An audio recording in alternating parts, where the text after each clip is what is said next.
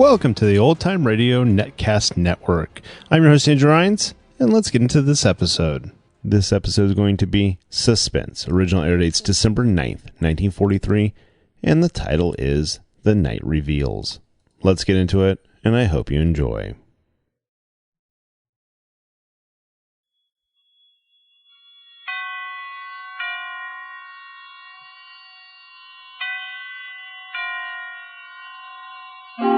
Suspense.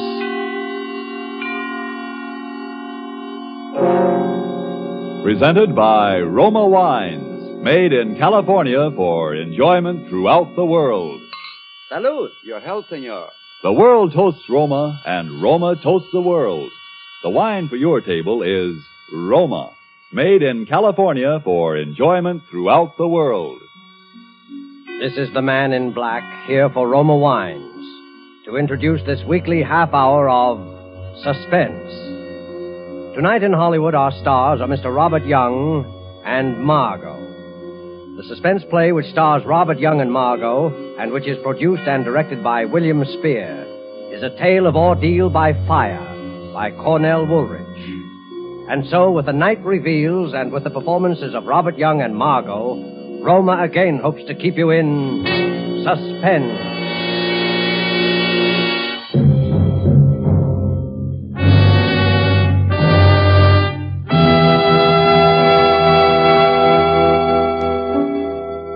Tell us the story, Mr. Jordan. Might help to get it out of your system. Yes. Go ahead, Harry. What? Tell it here, Marie, in front of you? Sure, I can stand it if you can. Well, all right. I'll tell it from when I first began to know, for sure, 2 weeks ago. I should have known before that something was wrong.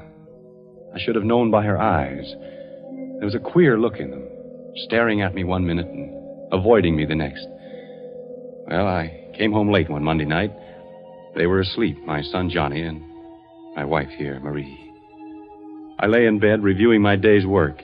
You see, I'm an investigator for the Herkimer Fire Insurance Company. And while thinking about the fire on 2nd Avenue, I fell asleep. Suddenly, I was sitting bolt upright, wide awake, with a strange feeling of being alone in the room. I looked towards Marie's bed. It was too dark to see. I called, Marie. Marie! There was no answer. I got up and walked to her bed. The quilt was bunched up. I pulled the covers down. The bed was empty. In the bathroom. No, she wasn't there. And not in Johnny's room either. Johnny was alone. Marie wasn't in the apartment. I put on the light and looked at my watch. It was 2 a.m. Got dressed and walked out and rang for the elevator. It was nothing. Of course, it was nothing important, but my heart kept hammering away. Morning, Mr. Jordan. Kind of late for the... Yes, good morning, Steve. Did you see my wife go down? Yes, Mr. Jordan. About half an hour ago, I'd say. Yes, of course. Did you see which way she went? Yes, she went towards 3rd Avenue. Said she was going Went to the drugstore, I guess. Yes, that's right. There's one over on 96th Street. Open all night.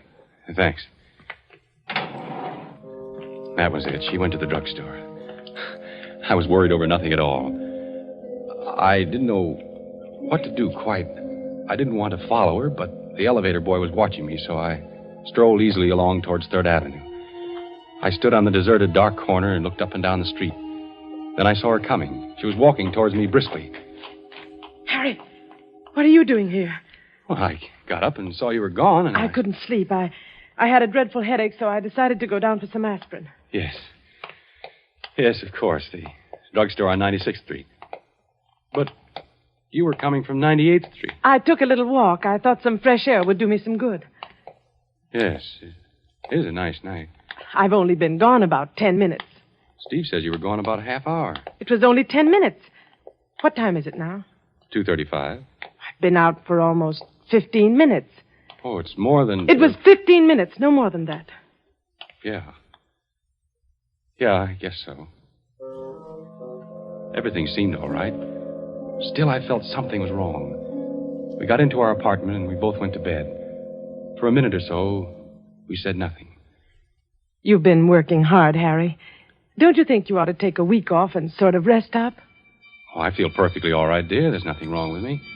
Listen. A fire. A fire. Yes, not far. Over east a couple of blocks. By the river, I'd say. That's my district. A fire. Oh, what the... Hello. Hello, Harry. I'm sorry to wake you in the middle of the night. There's a bad one over near you between 2nd and 3rd. Maybe a total loss. Between 2nd and 3rd, Mr. Parmenter? An apartment building? Yeah, 98th Street, 340 East 98. I called you because I'd like you to go there direct first thing in the morning instead of come at the office, okay? I'll meet you there. Okay, Mr. Parmenter. Good night. A fire? On 98th Street? Yeah. I couldn't see Marie in the dark. I knew she was staring at me. I was very tired. Good night, Marie. Good night, Harry.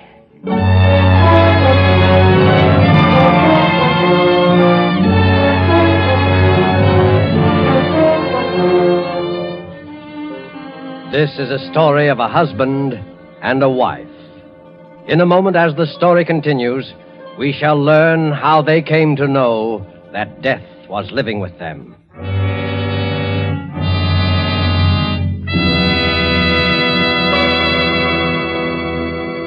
Tonight, the Roma Wine Company of Fresno, California, brings you Robert Young and Margo as stars of Suspense, radio's outstanding theater of thrills.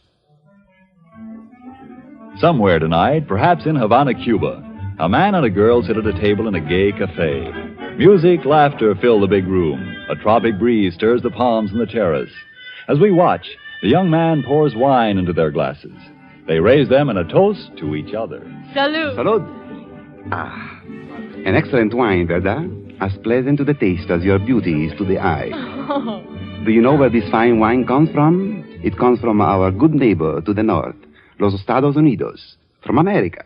His name is Roma. Yes, Roma. from our own America, from our own sunny California come Roma wines. Made in California for the enjoyment of the world. Doesn't that tell you all you need to know to make you want to choose Roma wines for your own use? Whether your particular preference is for a nut brown sherry, a delicious red claret, a full-bodied burgundy, when you choose Roma, you know you are getting the world's best wine value. For Roma wines are America's largest selling wines.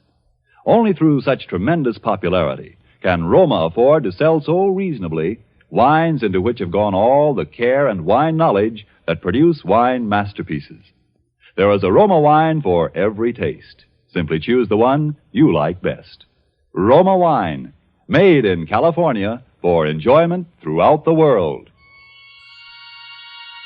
And now it is with pleasure that we bring back to our soundstage Mr. Robert Young as Harry Jordan and Margo as Marie, his wife, in The Night Reveals, a story well calculated to keep you in suspense.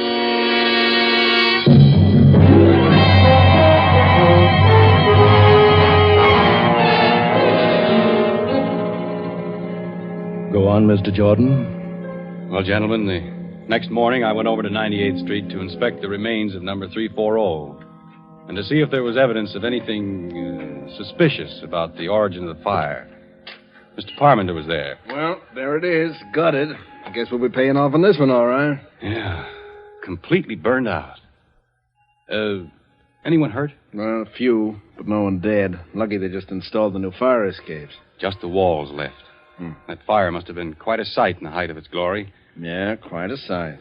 Hey, those walls look pretty bad. They might collapse almost any time. Yeah, the building will have to be raised. That fire did a good job. Oh, here's the commissioner. Hello, Parmenter. Jordan. How are you, Mr. Morale? You know anything about the fire, Commissioner? No, not a thing. Well, we'll take a look. I wouldn't go in there, Jordan. Those walls are pretty I bad. can take care of myself. Maybe you better not go inside, Harry. Don't worry about me. I know fires as well as anyone. You stay outside, Mr. Parmenter. I'm going in. I walked gingerly into the blackened, ruined hallway, in ashes up to my ankles, until I reached the remains of the stairway. Underneath were several baby carriages, just twisted pieces of metal. A burned fragment of something fell nearby. Come on back, Jordan. I'm all right. I poked around the carriages, sifting through the clean, fine ashes. Something caught my eye. A glob of yellow metal. I picked it up. Then I worked my way out. Going through, isn't she? Yep. Clean through. Nothing left of her. Did you find anything, Harry? Nothing much. The fire started in the hallway, all right. Cellar's untouched. Fire works its way up. What's that in your hand? Well, that is just a piece of metal I found. Here. I just picked it up for my kid. He likes shiny things. What do you think, Commissioner? Probably one of those gadgets they have on baby carriages. No, I guess you're right. It isn't anything. But it was something. I had run my fingernail across this glob of metal. It looked like gold. I decided to examine it in detail at home.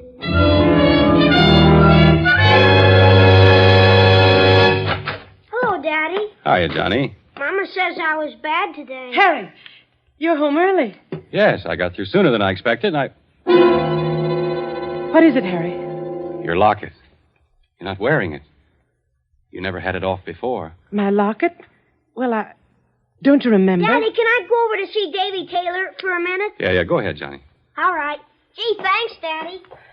You shouldn't have done that. I didn't want him to go. He hasn't had his dinner. Never mind, Johnny. What did you say happened to the locket?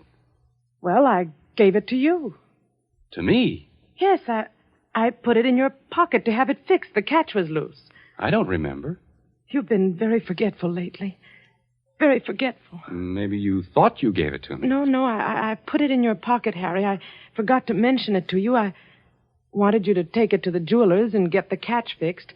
I just put it in your coat pocket while you were shaving. When? Yesterday? Yes. Yesterday morning. Then it should be in my pocket now. I wore this suit yesterday, too. Nothing in my pockets, Marie. Well? Marie. Yes, Harry? Is anything wrong with you? Don't you feel... With me? No, of course not. I'm all right. I'm perfectly all right. There's not a thing wrong with me. You look worried, as if you've got something on your mind. Oh, it's nothing. I've just been having a headache. Maybe you ought to see a doctor. Oh, no, it really doesn't amount to much. Well, I think I'll take another look for the locket. Which suit did you say you put it in? Your blue suit, I think. Or maybe it was the gray, though. I don't quite... I couldn't make it out. What had she done with the locket? Had she pawned it? Had she given it away? Then I remembered something. I went into the bathroom and locked the door. I looked at this shapeless little glob of yellow metal. I rubbed the blackened spots away, all of it until it was gleaming. I studied it, turning it over and over. I noticed a thin crack. It was small, so I took a nail file out of the medicine chest and began to file it. I kept filing until I had enlarged the crack to the full length of the piece of gold. Then I slipped the nail file inside and pried it open. Tiny fragments of glass, and then I saw a piece of scorched paper. It was a photograph. Picture of my son, Johnny. This glob of metal was my wife's locket. I put the locket and the picture in my pocket and walked out.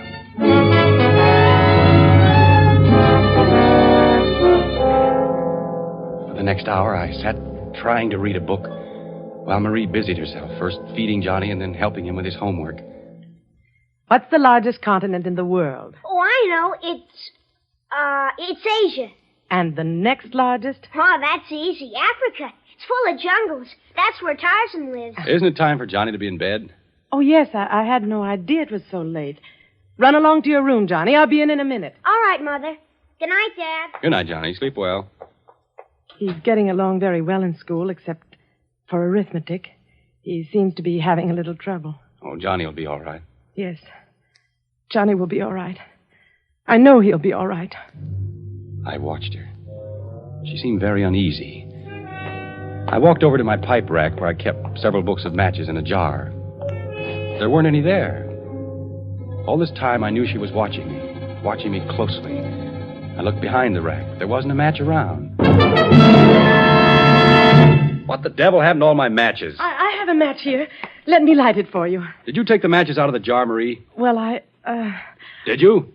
Yes, I needed them in the kitchen. Shall I light your pipe for you? No, I'll light it myself. I picked a match out of the booklet. It was a clean white match with a green head. I struck it against the side. The match sputtered up into a yellow flame, fringed on the bottom with blue. Marie stared at it until I felt the sharp bite of the flame on my thumb. Would you like a cup of tea, Harry? No, dear, I don't think so. I watched her. Her hand casually brushed along the table and picked up the matches. Marie! Oh, Oh. Leave the matches on the table. I need them. I'm rather short of matches, and the pilot light isn't working. Is this the only book of matches in the house? I'll have to get some tomorrow. Where are you going, Harry? Get a drink of water. No. I'll get it for you, Harry. Never mind, Marie. I'll get it myself. I went into the kitchen. There was a paper bag alongside the gas range. Matches. All thrown in, helter-skelter. Books of matches and safety matches, all mixed together. I walked back and sat down in my chair. She sat a few feet away, torturing a handkerchief. She looked so helpless and terrified that my anger passed away. Marie, you've been having headaches lately. Perhaps you ought to see a doctor. You haven't been looking too well. I'm just tired. It's nothing serious. Look, how would you like to go away for a few days? Take a vacation. I'll get a maid to take care of Johnny and me. It'll do you a lot of good. No, I don't need a vacation. There's nothing wrong with me, but, Harry, there is... Yes? There's nothing the matter with... You were about to say something else. I've got to go into Johnny's room and see that he's covered. He always throws the covers off. I sat there looking at the door. Then I glanced about the room. There was the pack of matches lying open on the table. I closed the cover, and my eye caught her purse lying nearby. It was bulging. Harry! Well, what's the matter? My purse! Yes, your purse. Here, look. See, the handle's loose. And it's full of matches.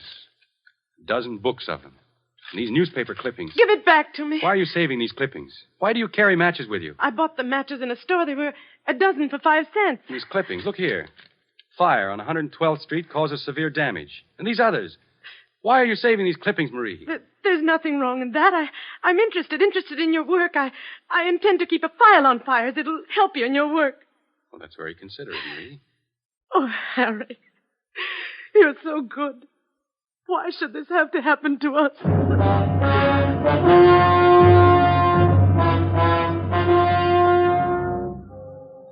Towards midnight, I went to bed. Marie didn't follow me. I lay in the semi-darkness, wide awake, trying to think what I should do. I couldn't collect my thoughts. Every time I closed my eyes, I could see the flame of the match, yellow and blue, crawling along the matchstick. Then Marie came in with a cup of steaming liquid. Drink this, Harry. It'll help you sleep. Oh, what is it? It's cocoa. It's very good for you. I'm not the one that's having trouble falling asleep. We both couldn't sleep last night. I'm taking some of this myself as soon as I go to bed. All right, leave it on the nightstand. Be sure to drink it while it's hot. Yes, Marie, I will. Good night, darling. Good night, Marie. Cocoa. Then suddenly I knew. I looked around quickly for something to pour it in. There was the radiator pan. It was empty. I poured the cup of liquid into it. Then I lay back and waited. Waited for her next move. About a half hour later, I heard the door open softly and Marie tiptoed towards my bed. Harry. Harry. Are you asleep? I didn't answer, but breathed evenly. She hovered for a moment over me, then she tiptoed out, carefully closing the door behind her. I dashed out of bed and hurried into my clothes. Quickly, I poured the liquid from the pan into a bottle and put it into my pocket. Then I grabbed my coat and followed her. I rang for the elevator. She had only a few minutes headway. I would catch up to her easily, and then we'd have a showdown. Steve looked at me with controlled amazement. Hello, Steve. Hello, Mr. Jordan. My wife went down a moment ago, didn't she? Yes, Mr. Jordan. Just took her down. She went towards 3rd Avenue, didn't she? I think so. She sort of stopped me for a minute and then turned towards 3rd. Had to get back to the elevator because you were ringing. When I reached the corner, I looked up and down 3rd Avenue, and I saw her. She was walking north. I crossed to the other side of the street and followed her, keeping at a distance. At 98th Street, she turned east. Down the middle of the block was the remains of last night's fire. She paused in front of the gutted building for a long time, just stood there, looking at it. Then she walked inside. I waited for a few seconds and then followed her. It was pitch dark in the burnt-out hallway. Ahead of me, I could see the glow of a match. Then I saw what she was doing.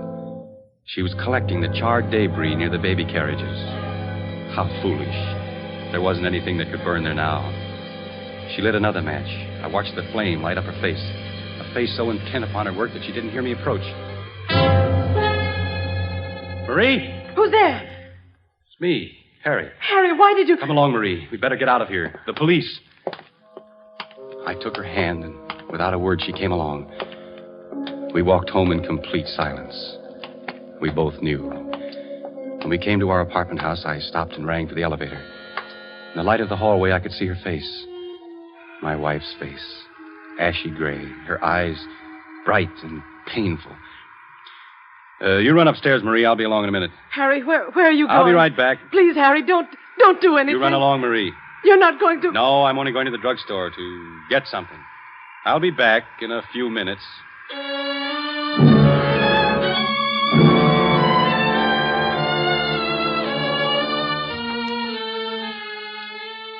I came home a half hour later. She was waiting for me. Did you do it, Harry? Harry, please tell me. I've got to know. I had the cocoa you gave me analyzed. I'm sorry. I had to do it. Don't you see? I couldn't help it. It was very easy for the druggist, especially when I told him what I thought was in it. Sodium amytal. That's the stuff that makes you sleep through an earthquake. Please try to understand, Harry. You must understand. Is the kid asleep? Yes, Johnny's all right. I was sorry for Marie. She looked so haggard and worn. It wasn't her fault.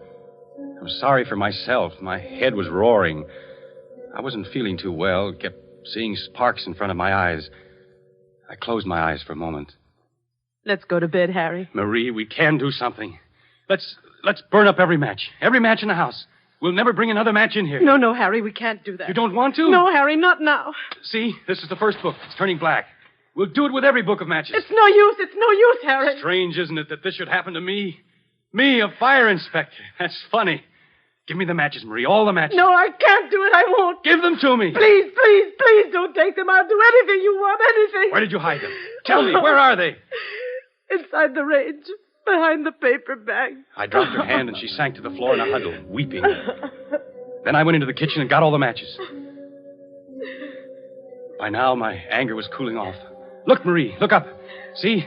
I'll light each book of matches, one at a time, until they're all gone up in smoke. Yellow flame licked its way down the matches. The cover caught fire and blackened. I watched her look at the flame with dazed eyes. Listen, Harry, do you hear? Just someone in the hall. Oh, it's more than someone. Something's happened. Something has happened. I'll take a look. Hey, Mr. Jordan, the house is on fire. The house is on fire. Yes, Marie, wake up Johnny. Johnny! We'll have to hurry. The flames are coming up the stairs. There's an upward draft. What's the matter, Mother? The house is on fire. We've got to get out, Johnny. Come on. It's too late to go down. We'll have to go up through the roof. Oh, I've hurt my leg. Come along, Johnny. Mother, wait for Mother. She'll come along. No, I want to wait for Mother. It's all right, Johnny. Go along with Daddy. I'll follow you. No, I won't go. I won't go without you, Mother. Hold on to my arm, Marie. Come on. Give me your hand, Johnny. Don't be scared. The fire won't hurt you. It won't hurt you at all. You're safe with me.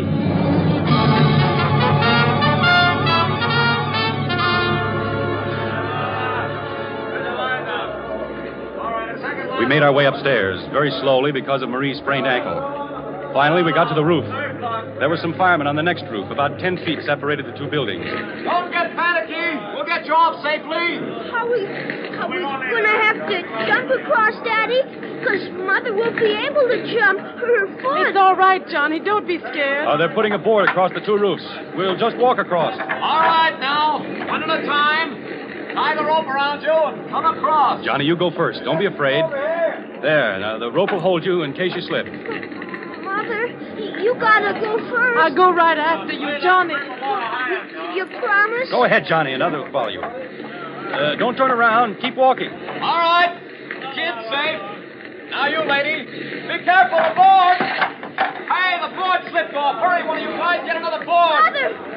I want my friend. Your mother's going to be all right, kid. You pushed the board off, Harry. I saw you do it. No, I didn't, Marie. I didn't. All right, lady. Just tie the rope around you. Don't be afraid. Don't look down. Ready? Okay, boys. She's all right. Now you, mister. That's right. Tie the rope around you. Okay. All set? Okay.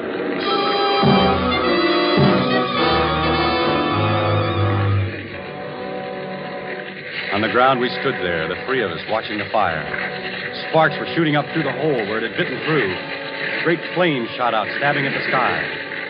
top of the roof was burning now. A red flame crawled along, searching out the inflammable spots. A wooden pole caught fire and blazed up in a long, narrow, curving arc. The wind was helping her. All this time, Marie was shaking violently, not with cold.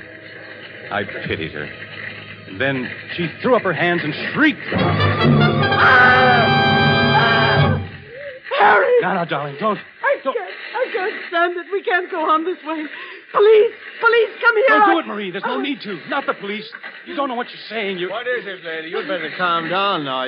Officer, please. No, it's no use, Harry. Officer, these awful fires, they're not accidental.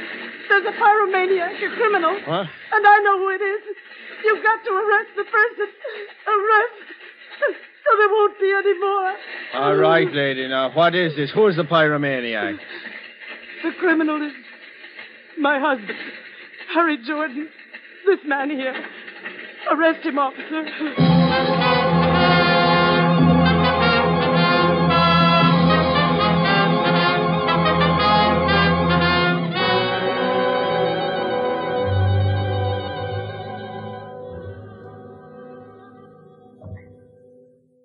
Well, that's about all there is to the story, gentlemen.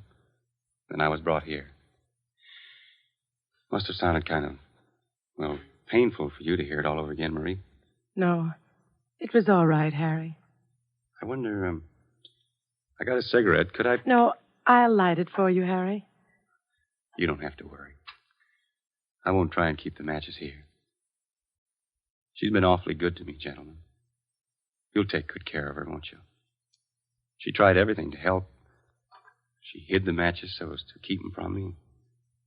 She even tried to give me sleeping pills so I wouldn't. It's all right, Harry. I'm sorry about the locket, dear.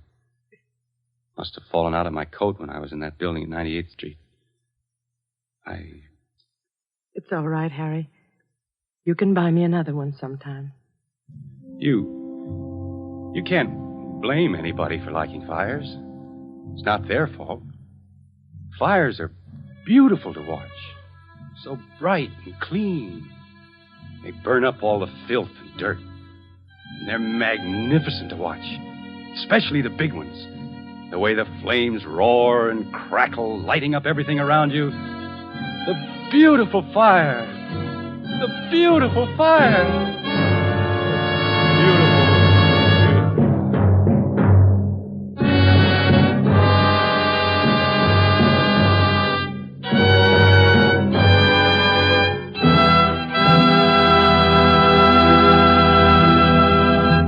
And so closes The Night Reveals, starring Mr. Robert Young and Margo. Tonight's tale of suspense. I want you to know that the distinguished Roma California wines include the most enjoyable types for every possible occasion. Dry table wines, red and white, appetizer and dessert wines, and also champagne and sparkling Burgundy. Nothing can add more downright pleasure to your meals or to your entertainment of friends. And no enjoyment could be more economical. For not only are they supremely delicious, Roma wines are America's largest selling wines, and they cost only a few cents a glass. The vast quantities regularly purchased and enjoyed by wine lovers, the advantageous locations of the great Roma wineries in the favored wine districts throughout California, these things permit truly modest prices that make Roma wines the world's outstanding wine values. Roma, R-O-M-A. Roma wines are true to type. Roma wines are faithful in flavor. Roma wines are sound of character. Roma wines are reasonable in cost. Made in California for enjoyment throughout the world. This is Robert Young. It's been a great pleasure for me to appear tonight on Suspense, one of my very favorite programs. And I know you'll want to be listening next Thursday when my friend and colleague at Metro-Goldwyn-Mayer, Mr. Charles Lawton, will be your star. Don't forget then, next Thursday, same time, for Charles Lawton in Suspense. Presented by Roma Wines, R-O-M-A. Made in California for enjoyment throughout the world. This is the Columbia Broadcasting System.